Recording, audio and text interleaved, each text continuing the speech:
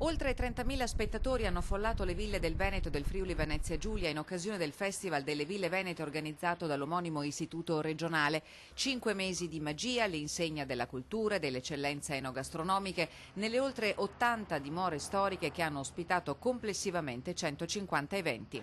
Per il gran finale ieri a Venezia è arrivato il noto divulgatore scientifico e scrittore Alberto Angela. Le ville venete fanno parte in realtà di un grande mosaico della cultura e del passato che caratterizza tutta l'Italia e che certamente è ora di valorizzare, proteggere soprattutto.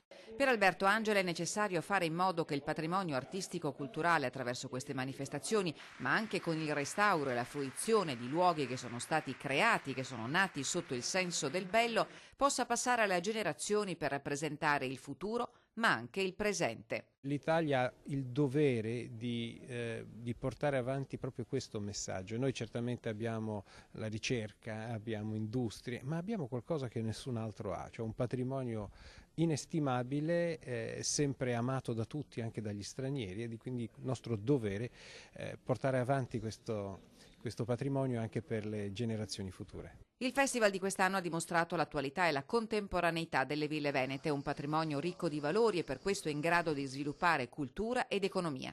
Nel corso della serata sono stati assegnati riconoscimenti alle ville storiche, pubbliche e private, ritenute più meritevoli perché oggetto di recenti interventi di riqualificazione, destinate a funzioni di particolare connotazione sociale o perché in esse è stata prestata particolare attenzione al tema dell'accessibilità e al contesto paesaggistico di riferimento.